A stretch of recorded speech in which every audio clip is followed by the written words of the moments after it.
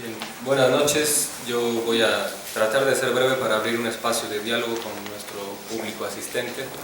Y quiero empezar dando una nota de condolencia por los fallecimientos del periodista Jaime Avilés y Eduardo del Río, Ríos, que son dos figuras indispensables para el pensamiento crítico mexicano actual.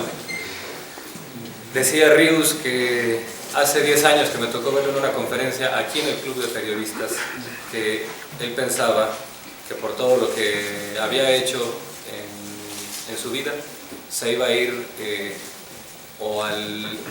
todo lo que había él escrito de manera muy crítica contra las élites, contra el neoliberalismo, contra la deshumanización, contra todo eso. Decía, seguramente yo me voy a ir al infierno de las jerarquías eclesiásticas, o me iré al cielo de los ateos. Entonces, es una pérdida la de este par de personajes muy, muy lamentable. Y me voy a limitar a agradecer estar aquí acompañado de representantes populares que se han tomado en serio su papel y que vienen aquí a escuchar voces importantísimas que deben servir de guía para la función pública, como la de nuestros sacerdotes aquí presentes. Y quiero yo asentar que es una honra enorme el estar al lado del padre Zolalinde y del padre Filiberto. América Latina ha sido un espacio convulso durante toda su historia. Ha sido una losa enorme la del colonialismo que se cargó durante 500 años. Después, cuando se logran las independencias, se convierten en espacios donde élites deshumanizadas son las que regentean los recursos del país para su propio beneficio, y donde la democracia ha sido la excepción y no la regla. En este contexto, pues las condiciones materiales son de verdad muy lacerantes para las mayorías latinoamericanas. Estamos hermanados no solo por cuestiones culturales, por ciertos elementos del pasado común, sino también porque ha sido una región sumamente golpeada, sumamente expoliada.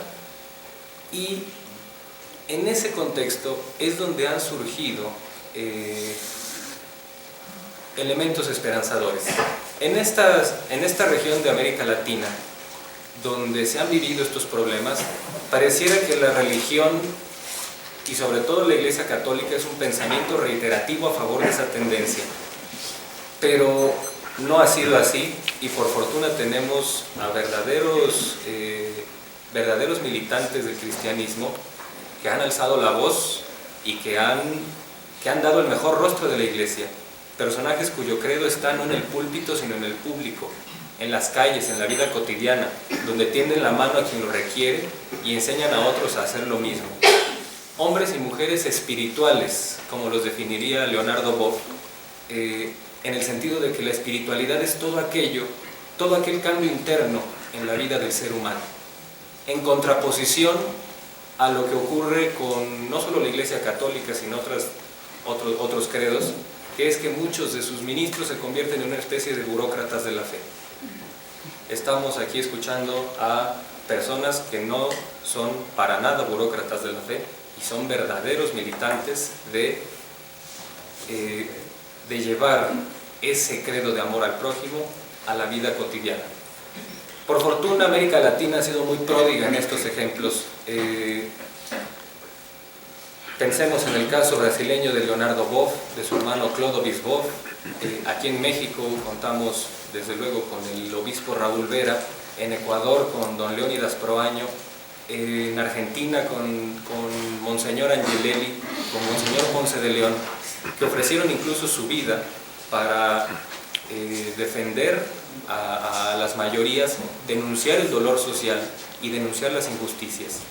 En este marco, México ha tenido su propia historia, que no está muy alejada de la historia del resto de América Latina. En los últimos 30 años, donde ha venido desde el Poder Ejecutivo un cambio en la vida económica, donde pareciera que ahora cada quien se tiene que rascar con sus propias uñas, donde se han clausurado muchísimas garantías sociales, muchísimos derechos sociales, y las condiciones de los trabajadores cada vez están más depauperadas, pues la labor de todos los políticos y políticas profesionales y de toda la sociedad, porque hay que recordar que somos animales políticos, como nos definió Aristóteles, la obligación de todos sería hacer frente a ese gran dolor social que padece América Latina. Yo me aboqué a escribir la historia de un partido político que en su raíz conlleva muchos elementos a favor de esta lucha. Morena tiene una génesis muy importante, que es el año 2004, cuando la Procuraduría General de la República solicita de manera indebida y arbitraria el desafuero del jefe de gobierno del Distrito Federal. Esa solicitud de desafuero era una verdadera engañifa, era en el peor de los escenarios, era una falta administrativa muy menor, que ni siquiera tenía responsabilidad en el jefe de gobierno y que ni siquiera se había dado en el periodo de gobierno de Andrés Manuel López Obrador. Y sin embargo, la Procuraduría estuvo muy cerca de cancelar los derechos políticos de este personaje. Eso podría parecer algo anecdótico en la vida de la política mexicana, donde los episodios vergonzosos y antidemocráticos son desgraciadamente muy frecuentes. Pero resulta que a este personaje daba la impresión de que se le cancelaban sus derechos políticos no por haber cometido un delito, sino porque representaba una opción que se contraponía a la del Partido Acción Nacional, en ese momento el partido en el poder.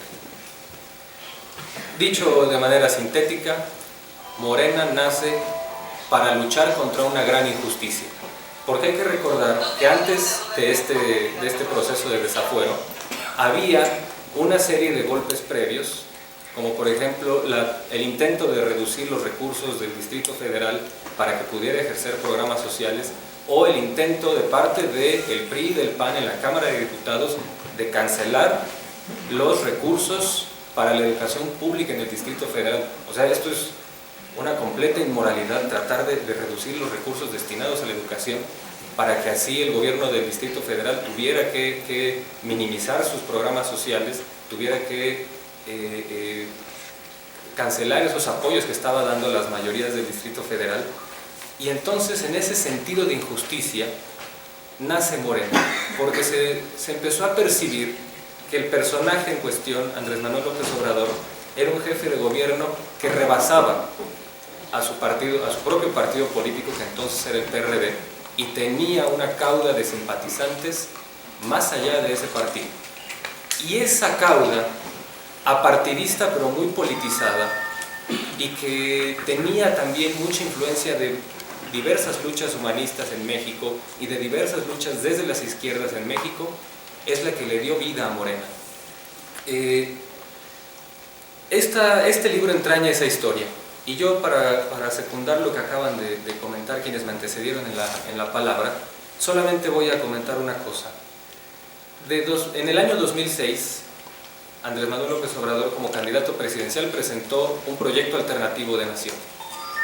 A partir de 2006, después del fraude, viene una serie de recorridos por todo el país, que incluso muchos adversarios veían con recelo, como si fuera una pérdida de tiempo, como si fuera una frivolidad. Resulta que esos continuos movimientos en todo el país cambiaron el proyecto de nación, porque cuando yo estaba llevando a cabo esta investigación descubrí una cosa importante, y es que esas personas que estaban viajando dijeron: no teníamos idea, o más bien no habíamos dimensionado en realidad qué tan grave es la situación del país. Sabíamos que estaba mal, pero estos recorridos y ver in situ el problema fue lo que nos llevó a pensar que estamos mucho peor de lo que sospechábamos, y sobre todo con dos cuestiones fundamentales. La primera, el desastre ecológico que han significado, por ejemplo, las mineras en San Luis Potosí, y en segunda instancia el gravísimo viacrucis de los migrantes en tránsito en México.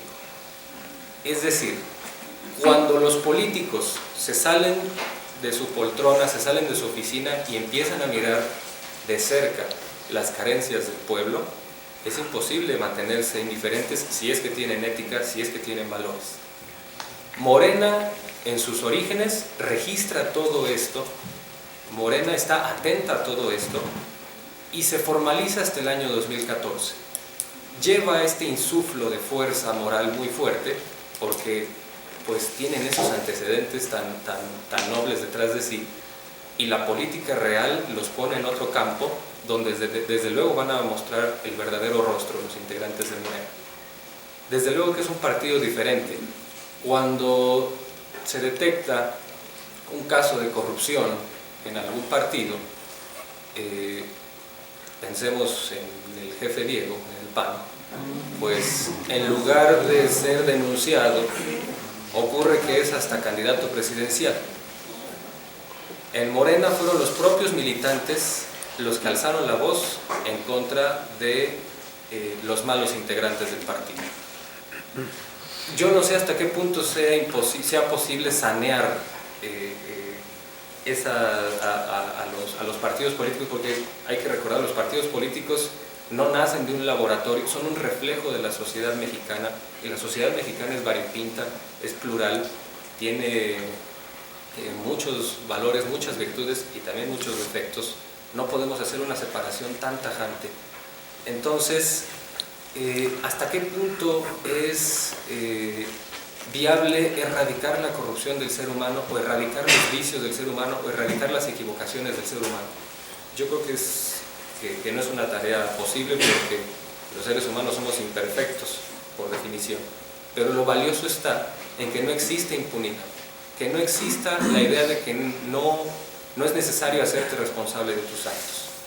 Ese imperativo ético, como dijera Luis Javier Garrido, en uno de los principales aportadores para Morena, es lo que debe dar guía a los políticos en general.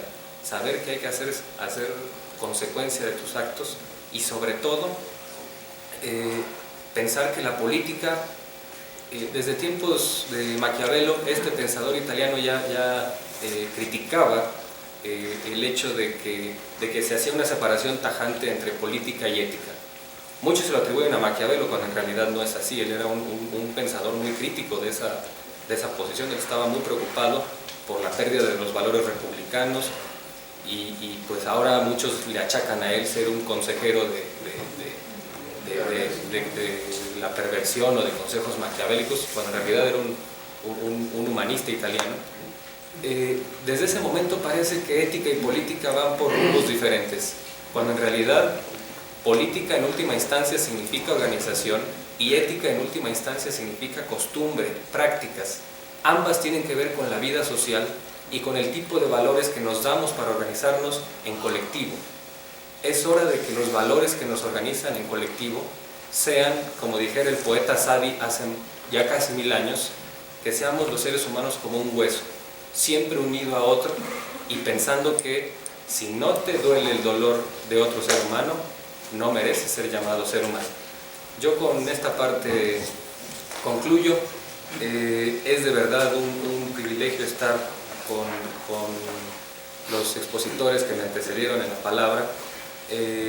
Yo quiero dejarlo muy en claro: el padre Solalinde se adscribe a esa riquísima tradición latinoamericana de grandes hombres y mujeres que, con base en la religión, y no pensando en un sentido de un credo por alguna divinidad, sino en la acepción más natural de la palabra, es religar, estar ligado a algo, tener una visión del mundo y actuar y comportarte acorde a esa visión. Por lo tanto, se puede ser perfectamente religioso o tener una vida religiosa sin asumir ningún credo específico en alguna iglesia. Entonces, el padre Solalinde es parte de esta tradición extraordinaria de hombres y mujeres en América Latina que que son congruentes con esa manera de pensar. Hay que recordar también que el cristianismo es base y raíz de todos los sistemas políticos progresistas en el mundo, porque el cristianismo temprano significaba una doble responsabilidad, la individual, donde uno tenía que hacer las cosas bien, no porque otro te viera, no porque los demás te lo exigieran, sino porque tú mismo debías responder ante los demás y ante la mirada de una divinidad. Y la otra, la responsabilidad que tenemos ante el prójimo. Me parece que si esas consignas no mueven la vida política de un país, ese país está condenado al fracaso. Gracias al Padre Solalinde por la esperanza que significa para todos los mexicanos, con esa lucha tan fraternal que él lleva por un grupo tan vulnerable y que desgraciadamente no es el único grupo. Concluyo con esa idea. Hay que observar a nuestro país, podemos notar que está tan grave la crisis en todos los órdenes, económico, político y social, que a veces pareciera que tenemos el derecho a pensar que el mundo no tiene remedio, pero aún así tenemos la obligación de comportarnos como si la tuviera. Muchísimas gracias.